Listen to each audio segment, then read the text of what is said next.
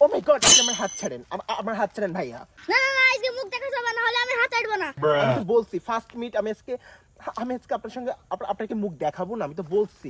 না আপু, আপনার মুখটা আজকে দেখান দেখান। ছাড়েন কইতেছি। আর একটা কথা, আমি এই রিলেশন করব না, আমি চলে যাচ্ছি, ভালো থাকবেন। ও মাই গড, পাখি কি হরে। প্লিজ প্লিজ আপনার মুখটা দেখান। আচ্ছা আচ্ছা, মুখ দেখাইতেছি, পা ধরেন না। মাই গড, ও মাই গড, দেখেন বলছি আমি সুন্দর না, তারপরও কি বলেন, আপনি যে চাঁদের মতন সুন্দর, আসমানের চাঁদ। কি বলেন?